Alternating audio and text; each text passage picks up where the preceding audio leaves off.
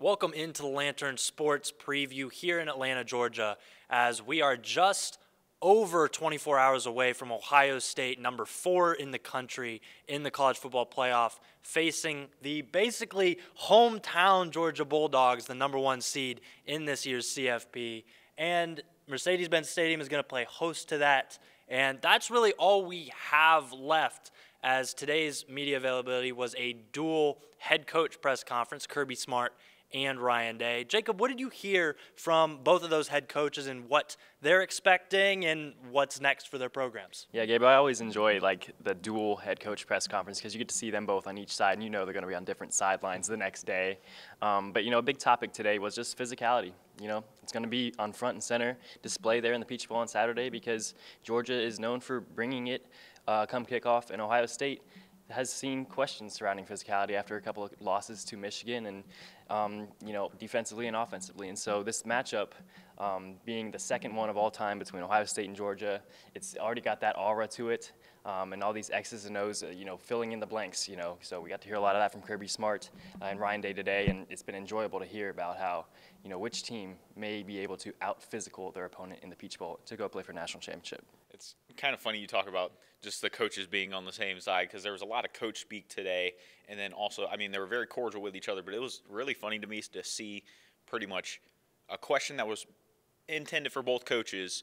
One coach would answer, and then the other would just be like, oh, yeah, I agree with what they say, and just things of that sort. So that was a little bit funny to me. But you were talking about the physical nature of this football game, and I think they were really hinted at the point that that's sort of the nature of the Big Ten and the SEC in itself. You look at the Big Ten West teams; those are very, let's just say, dinosaur-type programs that aren't exactly up to date with the sort of air raid attack, the aerial attack of modern-day college football.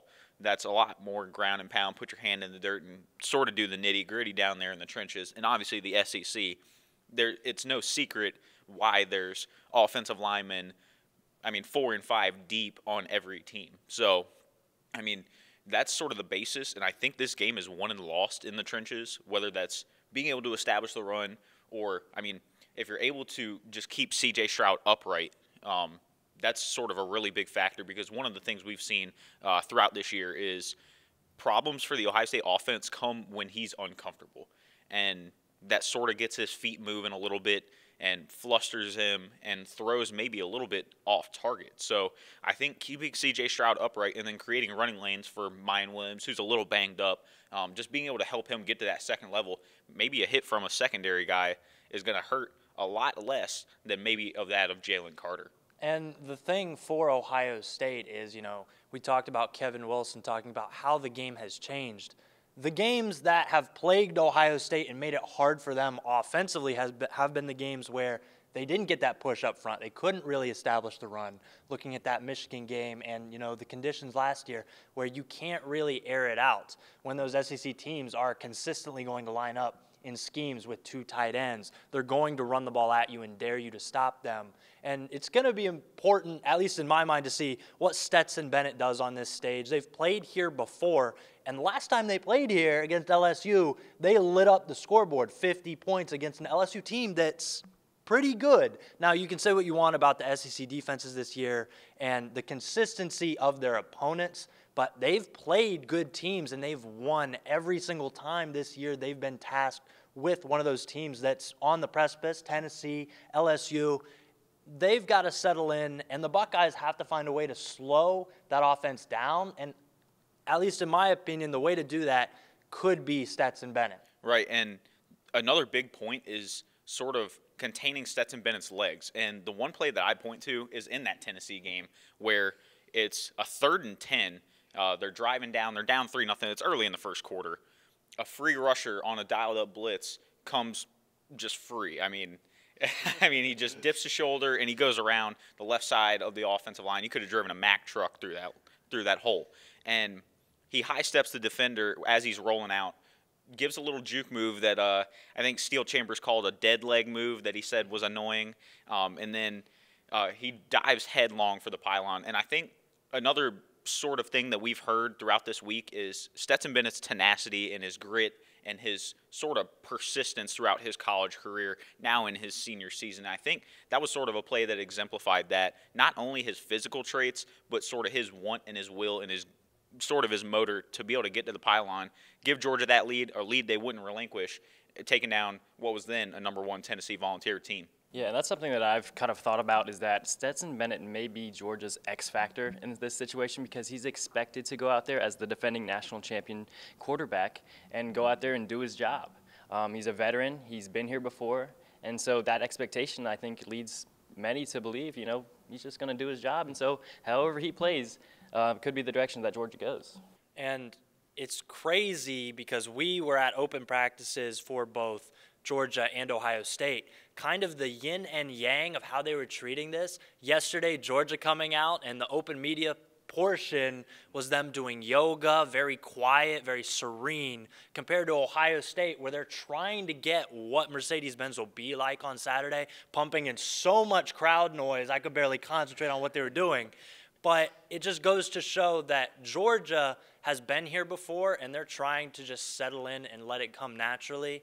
And as much as Ohio State wants to be free and to let loose and play natural, it's going to be a test for them to see how much they can let go of wanting to control every aspect of the game, especially when you're playing a team. This is a game just like the Michigan game, where if a possession or two goes to the other team, there's a fumble or an interception, whoever makes the most mistakes, even if it's just one mistake, that could be basically the factor that keeps you out of the national championship game and ends your season.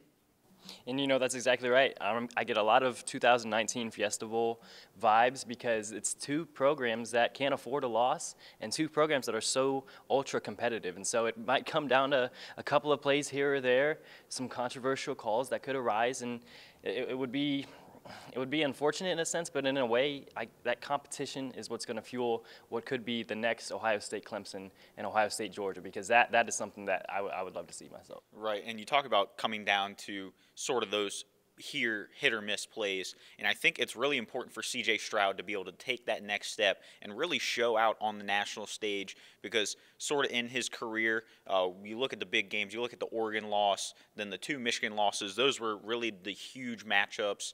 He gets the win, top 5 win at the time against Notre Dame to begin the season. He goes on the road against a tough Penn State environment. Like you were talking about with the crowd noise yesterday, I couldn't hear myself think inside Beaver Stadium that day, and those are pretty much all he has on his resume. He doesn't have a Big Ten championship, and this is his first college football playoff appearance. Hold on, I'm shortchanging him. The Rose Bowl last year, that was a very good performance on the national stage, but it's not the standard around Ohio State to settle for Rose Bowls. They're looking to take the next step and go to college football playoff semifinals, and I think a weakness of this Georgia defense, kind of as I alluded to before with keeping C.J. Stroud upright, is the secondary and just being able to pick that apart.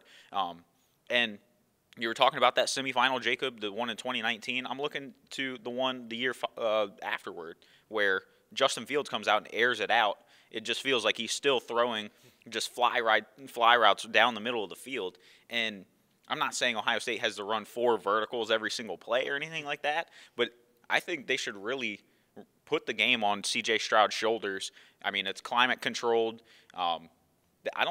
He's never played indoors before in his college career, so I think that should be an interesting wrinkle, just with sort of the echoing of the sound, if you will, off the top of the stadium. They got that big circular jumbotron that I'm really excited to see. That's for sure. I'm excited to see it in action. But I think just C.J. Stroud being able to air it out and play loose, I think he'll really be able to silence a ton of doubters. I'm not saying it's a guaranteed thing to happen, but if Ohio State wants to win this game, I think it's done through the air, and it's going to be a high-scoring affair. Absolutely. Nevertheless. And the thing that sticks with me is, like, Ohio State, they lost their last game before the playoff, and they're in.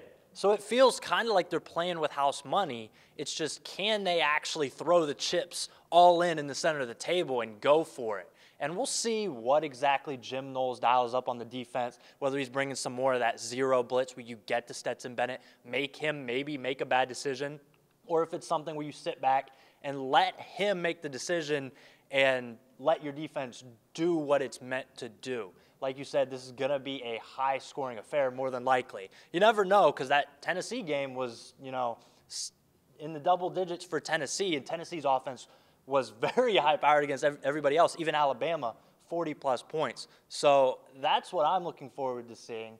I don't know if Ohio State's defense can keep them in this game. That's the thing for me, is the offense has shown that it has the acceleration, but does it have the consistency to stay full throttle if the defense doesn't get really any stops? And that's the thing. If Ohio State's defense is out there the whole time and the offense doesn't sustain drives, you can score, but if you score in 7 seconds or 3-play drives, that defense could get wore down by a rushing attack. Right, and I think the interesting thing, it can go either way, but I think I'm a little bit more confident in the defense right now than I am the offense. They were stifled in that second half against Michigan. The offense was.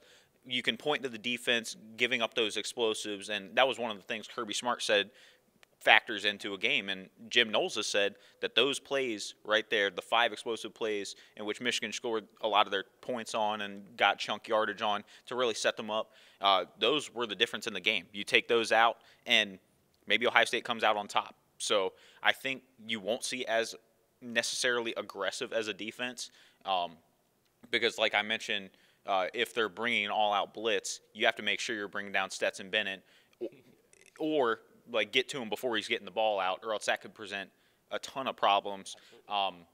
It'll be interesting to see sort of the 50-50 matchups between Ohio State's corners and Georgia's wide receivers. I mean, you could see potentially Stetson Bennett air it out. He's not particularly known as being a prolific passer in the landscape of college football. He's a Heisman finalist, though, so that's got to speak for something. So it'll be interesting to see sort of their aerial attack, the Georgia Bulldogs, and seeing how Ohio State, how their aerial attack will be, and sort of the chess match of this Peach Bowl. Yeah, that's where it is for me, because I think there's a lot of talk surrounding Georgia's tight ends and how physical they are in the trenches. For me, it's going to be on the outside there. How are Ohio State's cornerbacks and safeties going to deal with Georgia's wide receivers who, with the Heisman quarterback, if you make a mistake, like we've seen before, it's going to turn into a touchdown. So I'm curious to see how Ohio State approaches that in that regard, if they kind of come out with a little bit more juice defensively and, really buy into this second chance and capitalize it, because opportunity's knocking. And I am most excited to see what the defense of Georgia cooks up for Marvin Harrison Jr. and company, because him and Emeka Egbuka have been, some of the most consistent forms of the aerial attack. And Kirby Smart said today, the talent just oozes off of the roster when you look at it. He had high praise for Cade Stover, even the offensive line. Paris Johnson Jr. said this is the first time that Ohio State's been in the Peach Bowl. So with that new lease on life, they can make history by winning this game, and the job's not even finished. So it will be certainly an entertaining game tomorrow at the very least, whether it's a blowout, whether it's close, whichever way it swings. Do you guys have any predictions on tap for us now?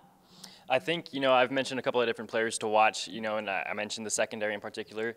Lathan Ransom, Ronnie Hickman, those are veteran guys, 3rd, 4th-year guys who, lead that defense. They've been around the Ohio State program. They've been around a college football playoff environment. Then you have guys like Tanner McAllister, someone who's been around Jim Knowles' defense, but not particularly Ohio State in the playoff. So that mix of safeties in the secondary, like I mentioned a minute ago, that's what I'm looking for, is that secondary. And then offensively, I think it's Ohio State's tight ends that may be the X factor, because we've seen Cade Stover catch the ball over the middle, and he's not afraid of contact. He's played defense. He's played defensive end. He's played linebacker. He's not afraid of contact, I don't think. So, for him, if he gets a big catch over the middle and gets past Georgia's secondary, we could be seeing Cade Stover with several touchdowns or a couple of big important catches. Right, and it's funny you say the term the X factor. I'm pointing to, I believe they called the X-Man Xavier Johnson. You point to, I know Emeka Egbuka did when talking about previous Ohio State number 4 seeds. As we all know, what they've done in the college football playoff, taking down Alabama in the first annual college football playoff. And I think it'll be interesting to see maybe pull a couple tricks out the bag, Ryan Day, because, they plan to run that fake punt against Michigan. Unfortunately, there was a miscommunication error for Ohio State, so they weren't able to execute that, and that could have flipped that game as well. So maybe get Xavier Johnson in motion, especially with the health of the running backs at the moment. Get him flanking C.J. Stroud. Hopefully not any pitches on third and 3, and first and 35, a little toss to the left.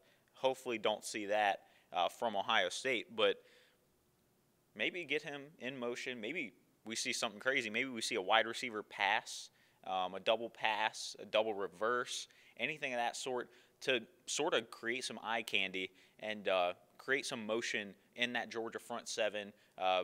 If you get a step or two, one way or the other, that could be all the difference in this game, and being able to create open lanes for a guy like Emeka Egbuka or Marvin Harrison. I think they don't need to necessarily get crazy with the game plan. I think they honestly need to sort of dial it up a little bit and maybe just run like a slant with Marvin Harrison. He's one of the best route runners in college football, which is why he was a Blitnikoff Award finalist and had a very strong case to win it.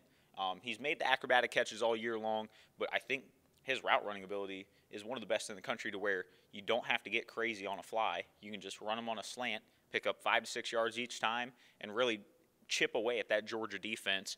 But I don't think Ohio State necessarily has the firepower to win. Kirby Smart's a great coach. There's a reason he's a national champion. There's a reason they're undefeated. Exactly, and he's going to have those boys really fired up to go. So I think, especially playing in their backyard, I think advantage Georgia in this matchup. Absolutely. And the thing I'm looking for, you talked about the slants. At this point, the play calling, bubble screens and not going down the field, however you view that in Ryan Day's offensive playbook, I would like to see a little RPO action. Maybe you got some guys in the backfield, Xavier Johnson, with the option to hand it off, and then also the option to hit an out route or a slant to Marvin Harrison Jr. or Emeka Egbuka. The thing I am looking for is the last time they were 4 and played the 1 and beat Alabama, who went 85 yards through the heart of the South? The running back Ezekiel Elliott. Mayan Williams, Ryan Day says he is ready to go, and really that's who I think the X factor is. To win this game, Ohio State has to establish the run. You cannot win a championship or even a semifinal against a team like this one-dimensional. It's going to have to be a two-pronged attack with the run game and the pass game, and I'm excited to see what C.J. Stroud and the wide receivers can hook up with. Kirby Smart said, with a team like this, you have to win one-on-one because you're going to have one-on-one matchups at some point with Marvin Harrison Jr. At some point, there's going to be a linebacker tasked with bringing down Mayan Williams, and that's really what it's all about at the end of the day. Good on good, best on best, 1v4. We'll have you covered at Lantern Sports with all the content from that game. Georgia and Ohio State, Mercedes-Benz Stadium, 8 p.m. tomorrow night. We'll have you covered with content from earlier on in the day as we'll get there a couple hours beforehand, and we'll have you prepped with photos and written content. For Jacob Benge, Casey Smith, and Gabe Burggraf, this has been the Lantern Sports preview of the Peach Bowl from Atlanta, Georgia. Thank you for watching, and take care.